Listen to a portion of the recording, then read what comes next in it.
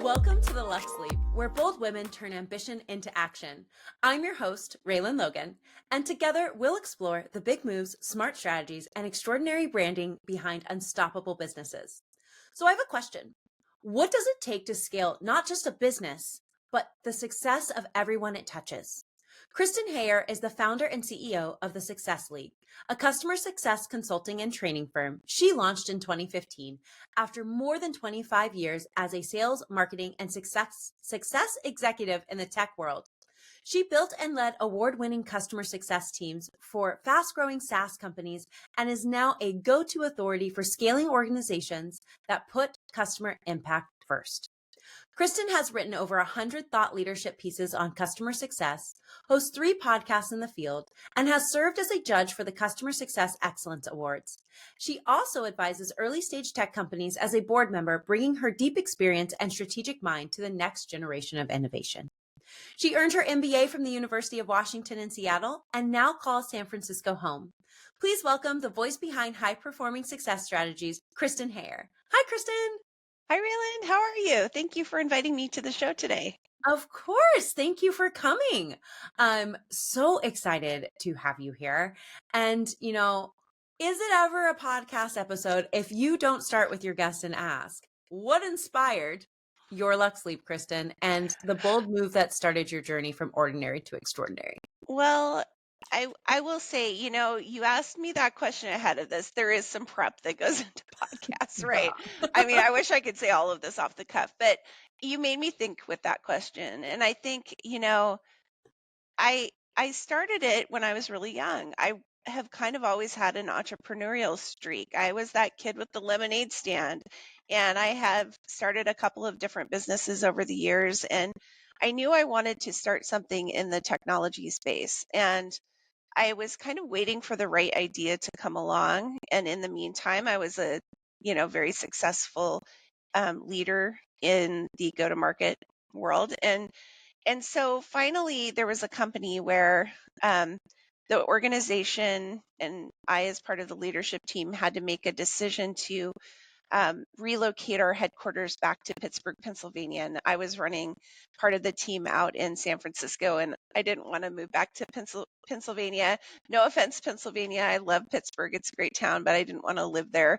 And, my home is in California. And so I made the decision to stay where I was. I started interviewing for VP of customer success positions, which was the position I was coming from. And as a part of that, I started to see a real theme in the interviews that I had. And I saw the theme that they needed somebody like me. They needed somebody who had set up really successful customer success teams in the past, but they didn't really have the money for somebody like me. And they didn't really need somebody like me for a really long time because most of the companies I was talking to were earlier stage companies. And so I thought, wow, after I think it was 4 or 5 of those interviews that were almost identical, I thought, this is a business. And so I was like, this is my business. And it was really exciting. It was when customer success was really kind of first getting started. I started the business in 2015, so it's been about 10 years now. And it's gone through a lot of changes since then, but it's been a pretty exciting step. So that's how I got started. Oh my goodness, I love that. I also just love that you're like, I was the kid with the lemonade stand, y'all. Like I was. We're making it happen. It's been from I'm day like, one. 25 cents, please. Always a little bit of a salesperson. Oh my goodness. Thank you. It always starts kind of young and we just don't realize those moments, but you're like, no. Yeah. It was a whole lemonade stand. It was a whole thing. It became a whole thing. So yeah. Oh my goodness. I kind of now imagine you like if you were a little girl in today's society of being like, I take Stripe, I take Venmo. I think I would. Actually, my daughter kind of takes after me, and she had a whole cupcake business going for a while in the city park where she would bake up a batch of cupcakes and take them down to our city park and walk around town and be like, cupcakes for $1.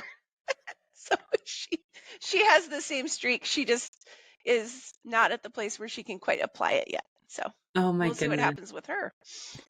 Something amazing. Something hopefully epic. Yeah. That's how incredible moms do. Their children just become extra incredible. I know. You have one too, so I I know. do. And I was just telling somebody, I was like, no, the child will be famous. Don't you ever worry about it. Oh yeah, they're gonna be huge. These kids are, some of them are just sparkly. They are. And, Yeah, and it shows from literally the day they come into the world. I know. I call Grayson my sunshine baby. Yeah, that's cool. Well, moving on from our awesome kids, because it's I know totally about us. we could talk the whole hour about our awesome children, We but really we could won't. without blinking, everybody. And we'd be like, oh, it's been an hour? Oh, Our bad. yeah. Well, how did your personal story influence the brand that you built? Well, I was kind of thinking about this, and I was thinking about it from a physical branding standpoint, like our logo and our colors and our imagery and things like that, because that's always where my brain goes to first when I think of brand. But then I started thinking of, the brand being, the company itself. And I think it's changed a lot. As you can imagine, 10 years is a long time.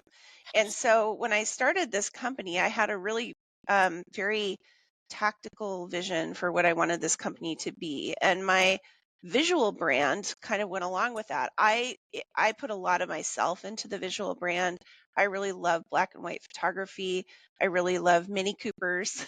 And I really love kind of bold colors. And so that was a lot of our visual brand, and a lot of um, those things kind of go along with a more tactical kind of approach to the business. And so, our visual brand really echoed the brand itself of the style of our company and what we were doing. And it was very cut and dry, and it was very tactical, and we were doing a lot to help our customers succeed. And I think over the years it's softened and shifted in ways that I didn't really expect. I think now it is a warmer brand. If you look at our website or you look at our materials, everything is kind of yellows and reds.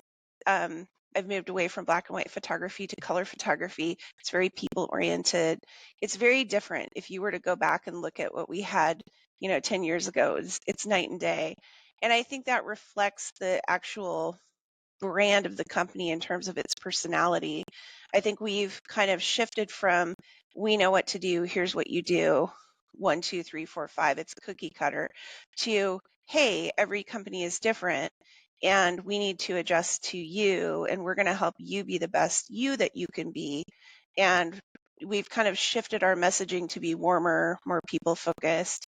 And I think either way, I still have to like the brand because I'm the CEO and it's reflective of me. But, there's a lot of warmth and um, love that has gone in from the people on my team too. And so they've contributed to a lot of this, and it's kind of softened it from what it was originally to what it is now. Still with all of the good stuff that we had to begin with that was very success focused, but now it's I think more people focused than it was. And I like that. So, I love it. I love it. I love it. And just to hear how like that journey like took place. And, hmm I always look back to my very first, before I was a brand agency, I did social media. hmm Hindsight's 2020. Mm-hmm. yeah, I had no business doing social media. I hate it. But what I didn't recognize in the moment was that I was actually much better at brand strategy, right? Like that was a yeah. thing. And I made the mistake that many people make, which is I did my logo first. hmm And then I did the entire website. And then I realized my logo did not match my website in any capacity. Yeah. And also was not very me. It looked very farm to table, Oh, interesting. which you've spent enough time around me. You've seen my brand. Like Yeah, yeah. the first iteration of the website was more like teal and gray and white, but all beaches. And, Oh. now today it is coral and green and blush and still all hmm beaches. But Some it things was never change. some things never change. Like that's a core element of who I am as a human. And so Yeah. I think it's fun to think about how like your visuals have taken on that journey with you because it It is so fun. Like yours is warmer. Mine is way more luxurious than it was when we started. It was very Yeah. cutesy with pineapples and sunglasses, and now it's like the logo's a pineapple. Have a nice day. hmm Yeah. Well, So so ours, it's so funny because I designed the logo first and the logo is still with us. And it stuck because I had kind of a vision for it. My favorite, I mean, to be totally candid with you, my favorite movie of all time is the movie The Italian Job. Not the one from the 60s, but the one from like the 90s or the early 2000s, yeah. whenever that one came out. It's so cheesy. It's such a like little weird Mini Cooper centric movie, but because I love Mini Coopers, it kind of like I love it. And so the logo for the business is actually kind of a riff on the logo for the movie. And it works. It's black and yellow, and that we've kept that gold color through all of the changes. It seems to continue to go with everything we do. While we've changed all the things around it, the logo keeps going. And so I don't know if it's because it's like just a text logo and there's nothing else to it, that it just is kind of universal. But yeah, that was actually for us like the first thing around branding that we did, and it just has never And it shifted. never And left. I don't regret it. I Oh still my don't goodness. regret it. I love our Um, logo. that is amazing. I will be honest, this all happened within 2 days. So the Yeah. first version, there is a version of it hidden in my design hidey hole on the internet. hmm But the second version is the same version we've had the whole time. The colors may change Uh-huh. because I have different color iterations, but Yeah. the one that happened day 2 has never gone away, and I'm with you. I don't think it ever will. We're about to have our first color change, actually. Like we've had red, yellow, blue, gray, black, and white since day one. And we've kept those same exact colors. We've just kind of deprioritized Yeah. different ones over the years. And we're about to swap our blues. One of our blues is too close to one of our competitors, and we're swapping it because also I wrote a book recently, and as a part of writing that book, our book cover is kind of a teal that goes really nicely with our red and yellow. So we're gonna swap the blue for the teal. I'm It's upset. exciting. I'm really After upset. 10 years. Woo! It's like so exciting. You're like, it's just so fresh. It's so new. It's It's so modern. fresh. It should have been like done years ago probably, but Oh my goodness. whatever. I love that. Well, colors aside, I know. I think we could talk about a lot of things for a long time. we So keep going. we totally could. All right, everybody. Well, we might just have like hidden gem podcasts of like where Reland and Kristen talked about colors for an hour. Yeah. Where Reland and Kristen talked about their children for an hour. Kristen loves podcasts, y'all. So we'll just get her a We'll fourth just one. keep going. Yeah. Well, what was the moment when you realized your brand had momentum and that people really got it? So I think there's 2 points for me. One is that we really kind of have two sides to our business. So we have a consulting practice and we have a training practice. And the consulting practice came first. And on the consulting side, there was this moment where a CEO that I had been working for asked me to come to his office, and I was really kind of scared because I wasn't sure what that meeting was going to be about. And I was pretty new to the business. And I was like, ee. So I went into his office and he's like, Kristen, he's like, I really, really love what you did with customer success. And now I want you to go on and do it with our sales team and our services team and our support team and our leadership team. And I'm like, he's like, we want playbooks for every team in the company. I'm like, wow, okay, he gets it. He gets what this is bringing to his, not just his success team, but the whole company. And so like that was a really powerful moment for me where I was like, okay, this is going to go. And that's when I knew that the brand was going to go. On the training side of the business, that came later. That was about 2 years after I had started the company. And I get mad when I lose deals. I'm very competitive, and I lost a couple of deals to a competitor, and that competitor had training. And I was like, you know what? I have trained so many people over the years. I can make a training program too. And so I did, and I built it, and I created it on the fly. So I advertised it way before I actually had the curriculum or done anything other than think about what I wanted the topics to be. And the first paying customer that I had, ended up being a long-term customer. And I think it was when she brought her whole team to us and said, I want you to train my whole team, that I was like, okay, this is something that is valuable. And then not only did she bring her first whole team, but she brought 2 subsequent teams to us. And then one of her people who is now a leader has brought her team to us. And so it's sort of like created this legacy of people who are moving into leadership positions and bringing their teams to us for training. And that is incredibly rewarding. And those are moments that really, I think, are exciting because you know you've made something that works. That is incredible. And I There's a just love huge the legacy in legacy of that. it. Yeah. Oh, look at us. Same Yeah. wavelength. Like the Yeah. legacy of it all is Yeah. just It's phenomenal. huge. I love it. Yeah. So, Oh my yeah. goodness. I mean, that is a point where people get it. That Mhm. is beautiful. So, switching up for fun for a hot second.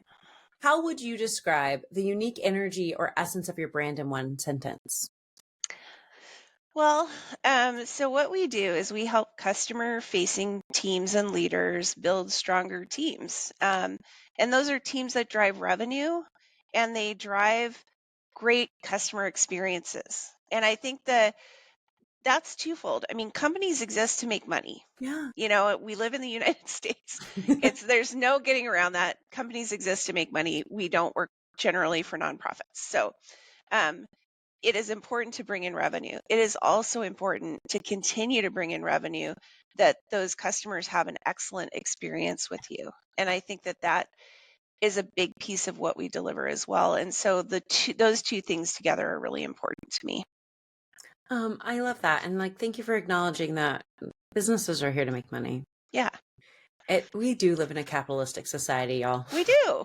And And you know, there is no getting around that. And it is what it is, but um it doesn't have to be everything. it doesn't have to be everything. It's just we have to be very aware of the game that we're Mhm. in. And, Yeah.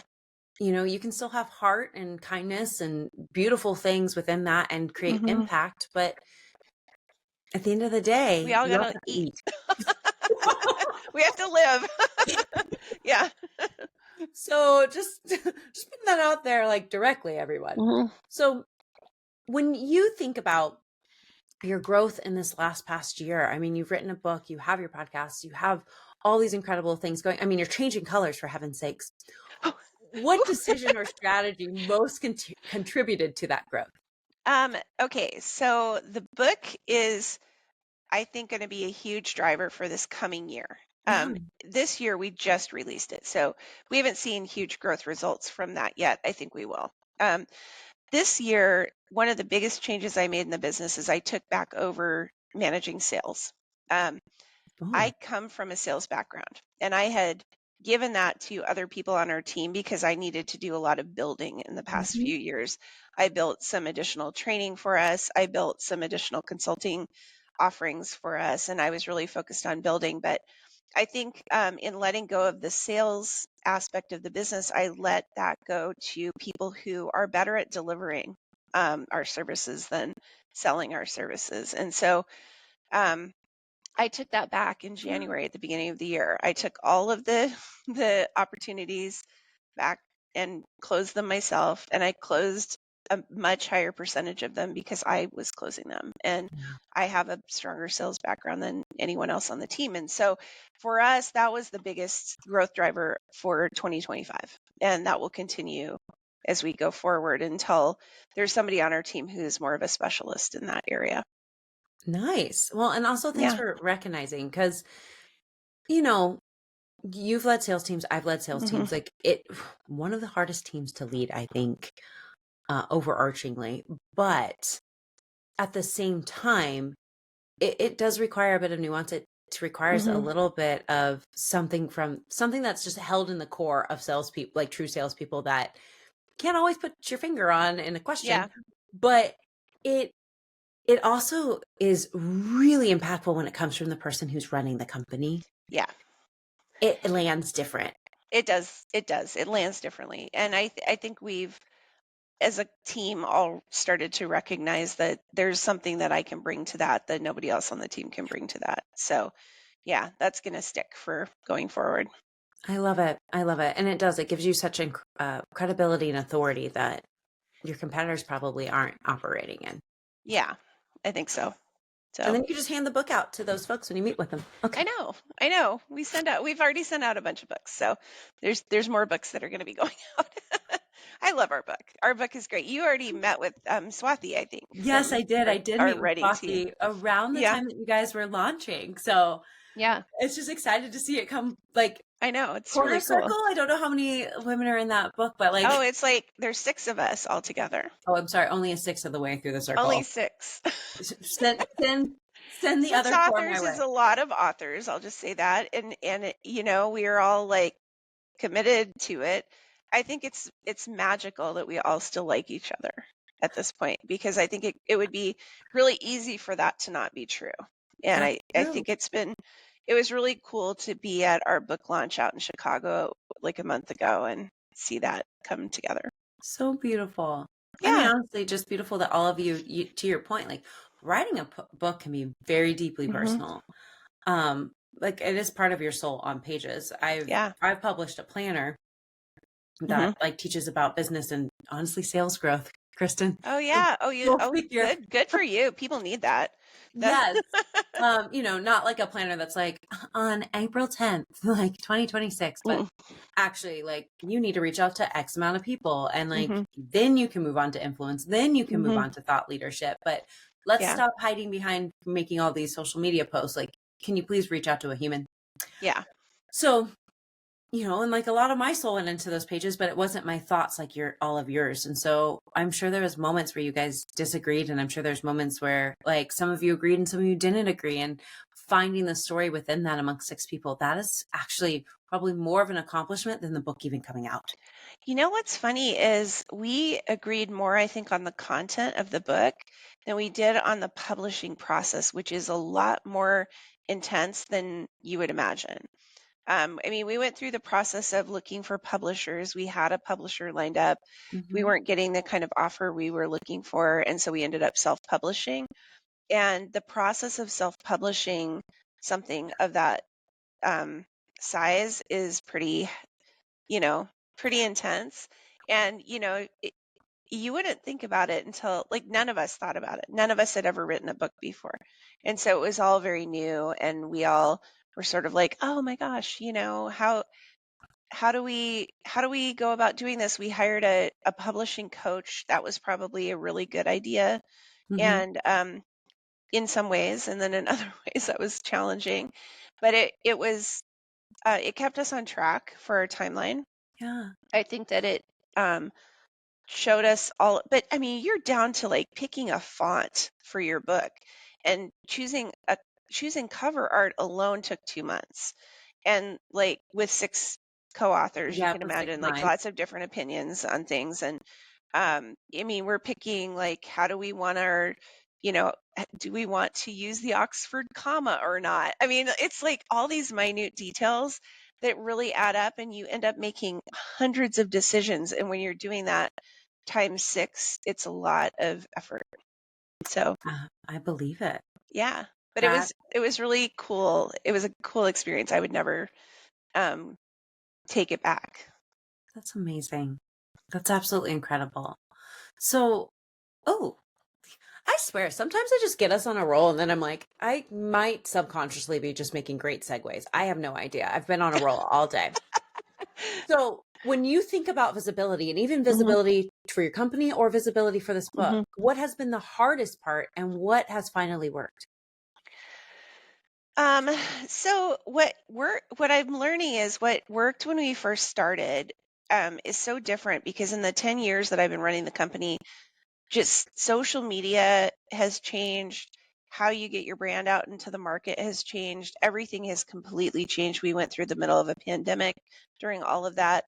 So many changes. And so, where we struggle is with social, because LinkedIn's algorithm changes every 6 months at best, and more often at worst. And so, just about the time we start to learn what makes the algorithm work, it changes. And so, what I've learned to depend on more than that because that's going to do what it does. And sometimes we're going to be winning and sometimes we're not going to be winning. And I don't really have any kind of aspirations of being an influencer. Like I just want to run my company. So, I kind of am a little frustrated with social media. I get frustrated with having to put myself out there when what I really want is to put my company out there. And I think that frustrates me. But what does work is things like the book and things like speaking at conferences and speaking on podcasts and webinars and getting my real voice out into the world. I think that matters more. And that's where we tend to get more of our leads from. And I think that that's more important to me as a leader of the company. I think our brand still, of course, is going to continue to have a presence on LinkedIn and we still kind of go back and forth on other social and how effective it is for what it is we do. But yeah, it's the social media, we have not figured that out. And I think what we have figured out is other ways to get our voices out and heard. I think the ways that you shared are actually the better first steps. I don't know that social media is the best first step. I'm honestly convinced it's not. And It used to be better. it used to be better. It Mhm. did. LinkedIn, I think, is about to tip to its first, is it billion people, million people? I can't remember what number it is, but they're really So it's got baby. to be billion. Yeah. Yeah. They're really babies in this space. And so like things are constantly still changing. I mean, you've worked in tech. I don't have to explain that. But I do think that it is you can't not have it, I will say. But it works and operates more in that space of, can we validate that you're real? Are you always talking about this? Like what's going on in your world? So it's for when people are curious or referrals are happening and they're like saying like, oh, you should go talk to Kristen, and people are going to your LinkedIn to validate that you're real and that they vibe with you. But I do think most money making connections are going to be relationship based, book based because it feels like you know the person, video based because you can hear the person talk, podcast. Like they're going to be things that prove that you're real, because we're in a world of AI now, and that's I mean, the algorithm was always kind of AI, but like, we don't need to overwhelm everybody. My favorite thing the last 2 years is like, AI is going to be taking over the world. I was like, y'all, you've been using Siri for a hot minute. What did you think it was? Yeah. So, beyond social media and all the fun pieces that we just shared in my little soapbox, how do you differentiate yourself from others in your space without feeling performative? Okay, so it is really hard in social to not feel performative a little bit, but I think the thing that I've tried to set us apart with since day one is that we only hire people who are operators. So a lot of consulting firms will hire MBAs, they're fresh out of school, and they have never run a company before. They've never worked in a company before other than a consulting firm. And so, and they're great in a lot of ways. They're super smart. I have an Yeah. MBA. Like MBAs are super smart people. It's just if you've never actually worked in the field before, it's really hard to understand the application of what you're recommending. And all of our team, other than the person who runs operations, who is an operations expert, who has worked at a lot of companies, have experience in customer success as a field. We've all worked in it. We've all led in it. The most junior member of our team has been a director. And so like we have directors, VPs, CCOs who are on our team who are leading our efforts in consulting and training. And so, what that means in practice is that if we're in a consulting gig, and somebody asks a question, we can come back and say, okay, well, when we worked with this company, this is what they did. When I worked for this company, this is what I did. Here's how you can really apply this in your situation. When we're teaching a class and a student asks us a question, we can ask a few smart questions of them and answer it in a way that really matters to them and gets them the information they need. And so we can really dial in all of the content we provide for both consulting and training in a way that I don't think companies who don't hire for leaders in the field really can, because they've never done it before. And they can give answers, but I don't know that those answers will be, as meaningful. as actionable and like, Yeah. it there is some validity to that. Like, Mm-hmm. because it is, when it's coming from somebody who's done it, Mm-hmm. it comes from a place of like, oh, okay, now I feel like that could actually work. When it's coming from a place where the person's never actually done it, it's kind Mm-hmm. of like, well, that's theory, and like your theory might be just as good as my next best guess. So it comes from it lands different. Yeah, and I think especially in customer success, which is a relatively new field, right? It's Yeah. been around for about me on the far end, maybe 20 years at this point, Yeah. whereas sales has been around for decades and decades. So is marketing, so is, services team support. So it's kind of the newest of all the disciplines. And so if we're in this field, you know, having the answers is less important than having people who have applied those answers in, in our case, hundreds of companies that we've worked Yeah. with over the years. So, yeah, that's a So big differentiator for us. I love that. I really, but I'm definitely somebody who appreciates folks who walk the walk. Um, Yeah. I don't know why. It's why in my own company I have to try it before I teach it to somebody else, because I have to know where to Well, fix it. yeah, I mean, you feel a little exposed if you're out there just kind of spouting, theories without having tried those theories. And so I think you're right to, try it yourself. It's important.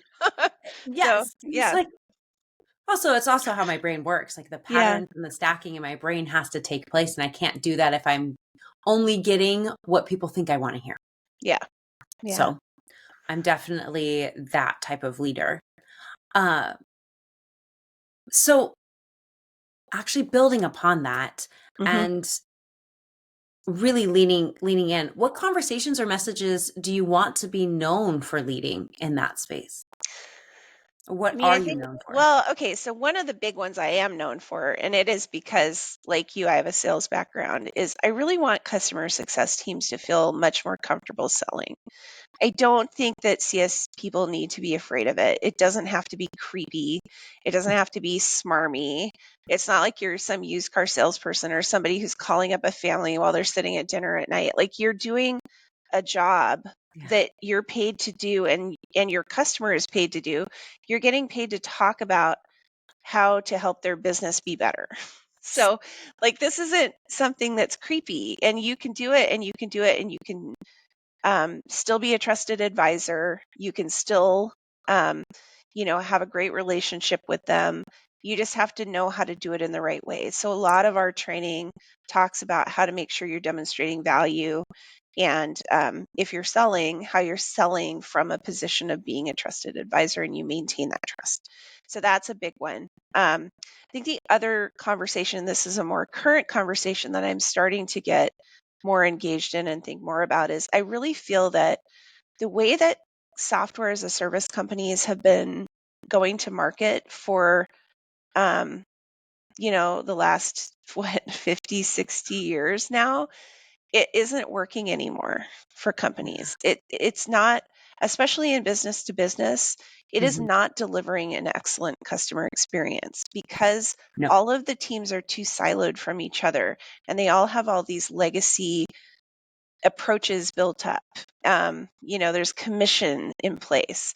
The commission comes from back when software was sold as $1 million packages that you bought one time, and now we've converted to, software as a service, and the commission plans haven't really changed that much.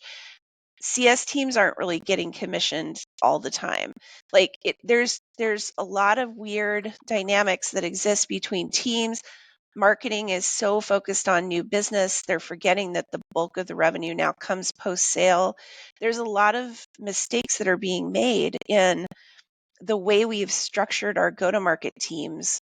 Um, and I think that we have to start breaking down silos. And so, if I were to say, what do I want my future voice to be about? It's about that.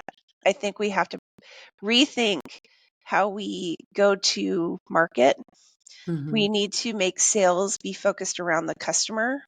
I think we need to make marketing be focused around the customer. And I think that that needs to be much more holistic looking than the way that it has been for decades. And so I'm starting to think and write about that and talk about that more. And that's where I would like my voice to be heard in the future. I had about like 100 thoughts that ran through my brain. Like, when you write down a bunch of notes and you're like, where am I going to start? And I think it's also easier to have this conversation with you since I come from those Yeah. backgrounds. Yeah. And you said one thing about like marketing. Well, first off, I can see how customer success teams are now like that next part of the triangle where marketing and sales and customer success do not talk to each other. Yeah. Even though they should talk to each other. Like everybody should have a They buddy have across to that talk team. to each other. Yeah. Yeah. That's how you create a great experience. Yes. Yeah. And it's so wild. Those silos definitely exist. And I get so angry when I realize that that companies aren't building out marketing teams. And I'm not a true marketer, everybody. I can lead sales and marketing teams because I'm strategic, but that's why I'm great at brand. Is I can see where all those dots connect. And it drives me nuts when I'm like talking to somebody, consulting to somebody on their marketing team. And they're like, well, we have 3 people.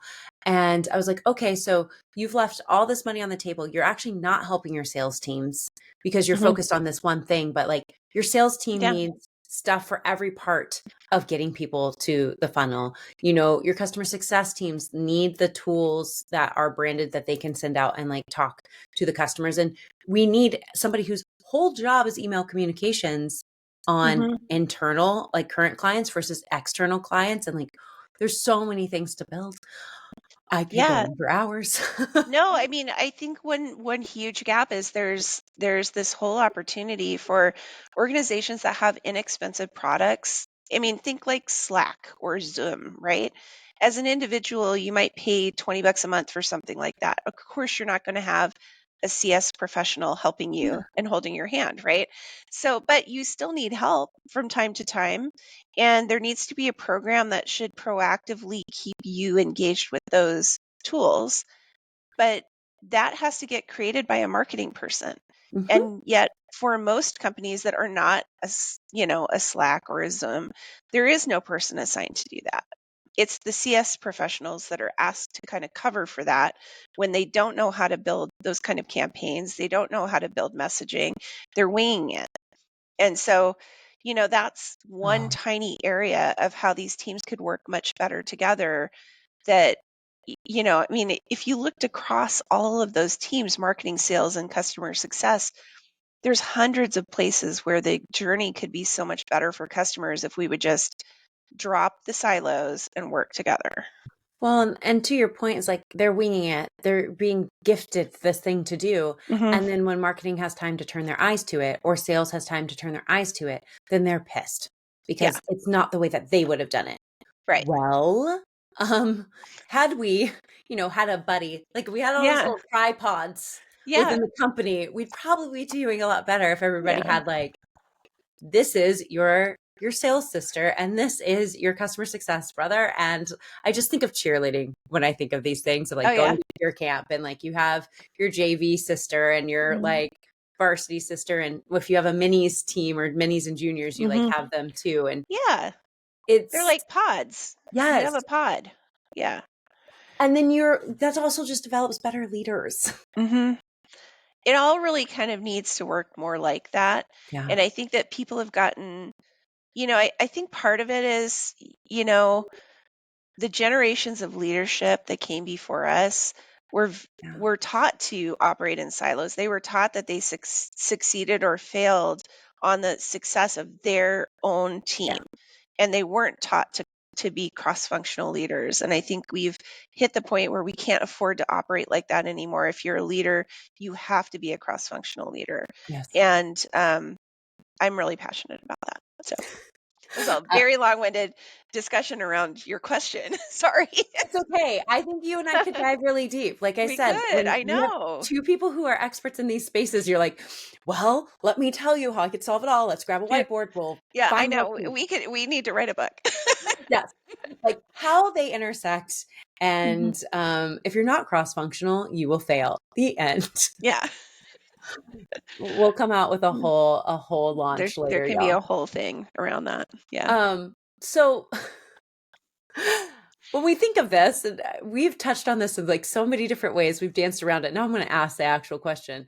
How do you define success for your brand today, and how has it evolved since you begun?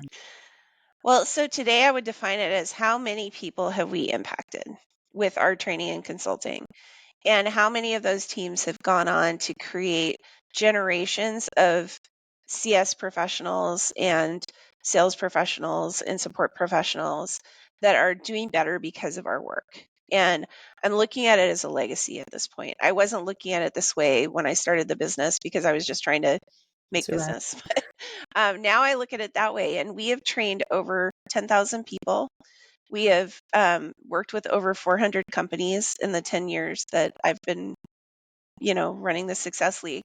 And we've had a massive impact on companies and people who have gone from, people move around. That's Yeah. the reality of business these days, right? And so, a leader who we trained back when they were a CSM is now a leader and their team is going through our training, or, a person that we've seen go from CSM to director to VP to chief customer officer is in place. Those are the wins for me. And those are very personally rewarding.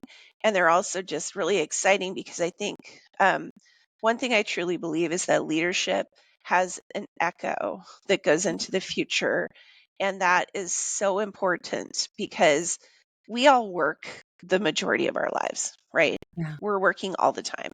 And if you have a bad manager that makes your life miserable for all that time that you're putting in every day of the week, right? If you have a great manager, that person doesn't just make your life better. They lift you up and they put you into roles that you might not have otherwise gotten a chance to succeed in. And they make your life exponentially better. And they make the lives of every person they impact exponentially better. So if I can have a little impact at the very front of that, I have an exponential impact on the world, which is really exciting. I love that. Like it's so beautiful, and I would be so curious to see the back end data for your form that says, "How did you hear about us?" Like, I need to know. I mean, you know, people don't fill that out accurately. No, they never do. To be really real with you about it. But yeah, no, it is really cool. Like it's cool because I hear about this stuff like about once a month I get some note from somebody that was like, "Hey, do you remember back when you talked to me and you taught me in this class and like now my team went through it and like everyone's so excited." And I'm like, "Oh, that's amazing." Like that makes my whole work worth it. So, I love it. I just love hearing those stories. yeah. Um, they really they really make my heart happy. I I don't have them in business yet, but I definitely have them from coaching Oh, cheer, you'll and you'll have them. oh, I'll have them. Yeah. You'll have them. Like they just take time. I mean, that's the thing. You're Yeah. planting seeds and then those seeds sprout and then they grow and then they turn into like other stuff. And it's pretty exciting to watch. I'm so excited. I know. It's Um, really fun. so when you think about someone like me or just anyone who's listening and they're standing on the edge of their own luck sleep, what advice would you Mhm. give them? That is such a good question. I think, I've kind of erred on both sides. I've jumped into businesses too early and I've jumped into businesses too late.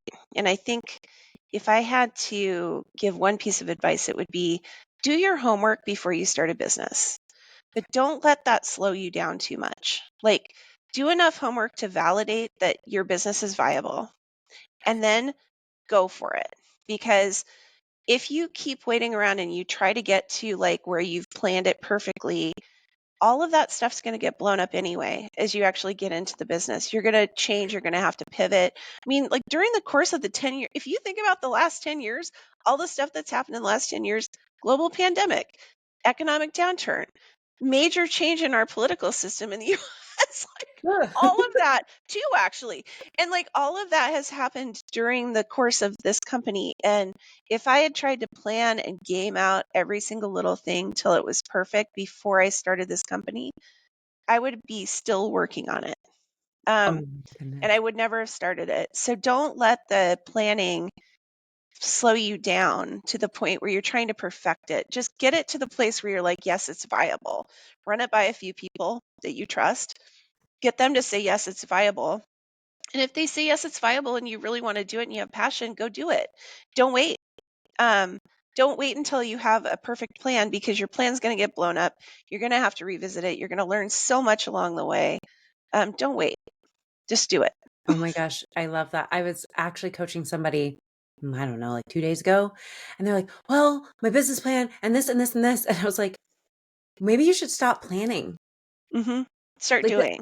yeah, I coach a lot of businesses Mm-hmm. and for a nonprofit, and the Mm-hmm. one thing that I find gets most people stuck is the people who sit there and they keep rehashing this business plan. And I have hit a point now where I tell people, I was like, you need to brand first, you need Mm-hmm. to budget, and then, and not visual brand, but like the deep work of like, figuring out if it's Mm-hmm. viable, to your point. I go, and then that is your business plan is a summary of that plus how you will operate. So Yeah. let's not just try to write a business plan from like the ether, because we've not proven anything. We've not had Yeah. discussions with others. Yeah. So When you also can test things while you're still yes. working in your corporate job. Like you don't have to do what I did, which was stop and start. I was lucky enough to be able to do that because I had had a nice exit with a previous company. Mhm. I have a husband who's super supportive and was willing to take care of our kid while I was starting this out. I had a lot of things on my side that a lot of people don't have. So, and also I was pretty far along in my career. I started this company in my very early 40s. And it's been 10 years, so I'm in my very early 50s. I'm not like at the beginning of my career trying to start this. I had a lot of experience and a lot of credibility that I had built up. So if you're thinking about starting something and you're not sure and you maybe don't have those resources at your fingertips, test it, try it, do it in a small way. And once you do that, then you can kind of decide if it's really going to work or not. And I think running tests, I mean, that's a marketing basic, right? You run tests all the Always. time. So like you should do that in trying out a new thing in whatever way you can. And I think I'm a TikToker, I'll admit. I love TikTok. Love it. I love it as a personal thing. It's not like a work thing at all for me. But I think one of the things that I'm really excited to see on there is I see a lot of women, especially, kind of dipping their toes into businesses while still maintaining their full-time Yes. work. And I think that's really exciting because I think it's a great way to prove out what it is you think you might be able to do full time and then really dive into it, knowing that you've got something really solid. Absolutely. And I mean, I always joke that marketers are just sexy scientists. So Yeah, it is. It's much more sexy. it is. I actually have a whole slide in one of my slide decks. I have one slide that literally just reads, marketing is monotonous. And it's just like, just that on a slide. Hmm. And then it has an arrow and very tiny letters. Like you got to get close to the screen. It reads, they just know how to make it look sexy. Yeah, pretty much. That's that's all it is. It's a lot of testing. It's a lot of Yeah. trial and error. Um, Yeah, and you can do that with your business too. I mean, you can try things out. If you're sitting there and you're going, should I do it? Test it. Like, what have you got to lose? Like, worst case scenario, you spend some money that maybe you could have spent on something different, and you would, yeah, waste some time. But you're not really wasting time. You're learning from it. So you're not wasting anything. It's worth it. Test it. it's always worth it. I mean, you're going to either Hmm. pay in time or you're going to pay in money, but you're honestly going to pay in both. So like choose. Yeah. Yeah. Make a choice, friends. Yeah. Well, what's next for you, friend? Or what's the next bold Um, move? okay. So my next business. I mean, I do think I'm going to write another book, but before I do that, I am an artist. I'm a watercolor painting artist. And so one thing that I'm working on, that I've been working on for the last year you know, on the side, is building a business around painting. So part of the year, my husband and I live in Mexico. We live in a little town called San Felipe that is down on the Baja Peninsula in Mexico. And I love it down there. It's a beautiful desert area. There's animals, there's plants. It's beautiful. And I paint the animals and plants that we see down there and the landscapes, and it's just gorgeous. And I'll show you. I brought them to the You brought them with you. Okay, I you guys, brought a I didn't couple. think I you were just going to brought a talk couple, about but this them. is my favorite one. So I don't know if Oh, you can see him, but he's a little coyote. So that's one of my little paintings. They're kind of whimsical. This is another one. This is like a desert tortoise. oh, that one's But I gorgeous. do I do little paintings like that. Here's one of like the desert during a storm. So this is like my hobby, my side thing. And so I'm turning that into like a little business with like greeting cards and things like that that are from yeah, Oh my gosh. from the Okay. desert. Everyone, I didn't think she was going to talk about that. So, like, I've had to sit on my hands this whole time because I think it's one of the coolest things about Kristen are these like mini watercolors. I was actually talking to somebody about them the other day. Oh, yeah, okay. And I get very excited for all of your guys' little wins. It's I don't know. I can't look at you and be like, it's like my little babies, because that's totally weird, giving our dynamic. But I really love your paintings. Oh, thank you. I'm really excited about it. So they're gonna end up being I don't know what all they're gonna be. I mean, there's some of them that are gonna be ACEOs. I don't know if you know what those are, but they're like a thing that you can sell on eBay that are like tiny originals. And Oh, so some of them there's going to be some tiny originals that are out there. There's going to be some cards that are out there. There's going to be possibly a children's book that gets made out of some of this. So there's going to be like a whole thing.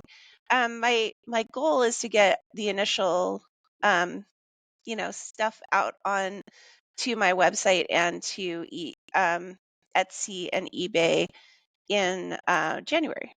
So I've got kind of a tight timeline. Part of why I'm going down later this week to Mexico is to kind of keep working on some of the work that I'm doing for the initial batch of stuff. So it's exciting. It's a fun change of pace. It's something totally different than what I do day to day. But yeah, I'm um, I love that. excited And when about it. you do the kids book, remind me to introduce you to my friend Debbie. She Oh, okay. actually, she's also a children's book author. Oh, cool. But she has a company that works like with Pinterest on getting those things out into the world. And Oh, cool. she's the sweetest. She's like the grandma I never knew I needed. Um, I would love to talk to her. Yeah. she's incredible. Her book is actually about the women who were in the Olympics, like, Oh, and just the history of women in sports. It's a really cool book. oh my Um, gosh. but she would My be a Yeah, cool person. she should meet my friend Allie, who's an artist who does this series called Groundbreaking Girls that is all about women who have hit major milestones in history and different and she does portraits of them. She's Oh, a fantastic portrait painter. So, oh my goodness. yeah. Okay, so they clearly need to connect. You need to Yes. connect with I know. Debbie. We'll have to do this. But yeah, this is my little side hustle thing that I'm working on and it's a lot of fun and it kind of gets to the creative side that I don't really get to always explore at work. So, It's one of the most beautiful things about you. I'm so excited you shared. So, last two questions that I totally did not send yeah. you because prepping for them is not allowed.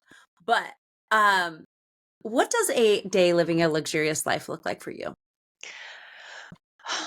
I feel like I live a pretty luxurious life. You do. I do because I have a beautiful home. It's not a huge home, but it's a beautiful home like up in the San Francisco area. And I love living up there. I have two German shepherds. I have a husband. I have a daughter who's in college. Like it's nice. Like I have a very nice life up there.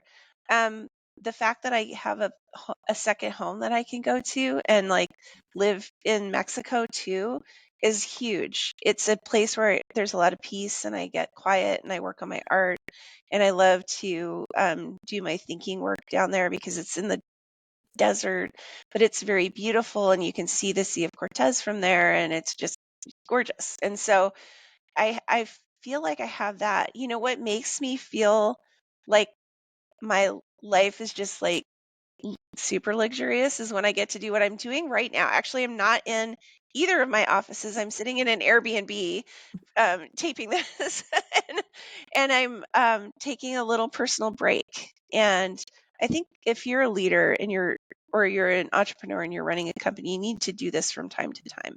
And I realize there's a cost to doing it, but it's worth it because you get to be by yourself. You get to spend time thinking. You get to eat your own favorite foods. You don't have to worry about your family or whatever anyone else wants to eat. And you can just be quiet and rest and actually apply all of the face creams that you want to apply every night, but you don't have time to because you're busy. And you can do that when you're having your own personal retreat. So to me, luxury is getting to do personal retreats quarterly. Oh my goodness. I just had this like quick vision when you said that of being able to put, first off, if everybody can close your eyes and imagine this, I am the person who doesn't really wear makeup. Okay. I know everybody looks at me and they're like, oh, her makeup's so pretty. I regret to inform you that's just my face, and lipstick.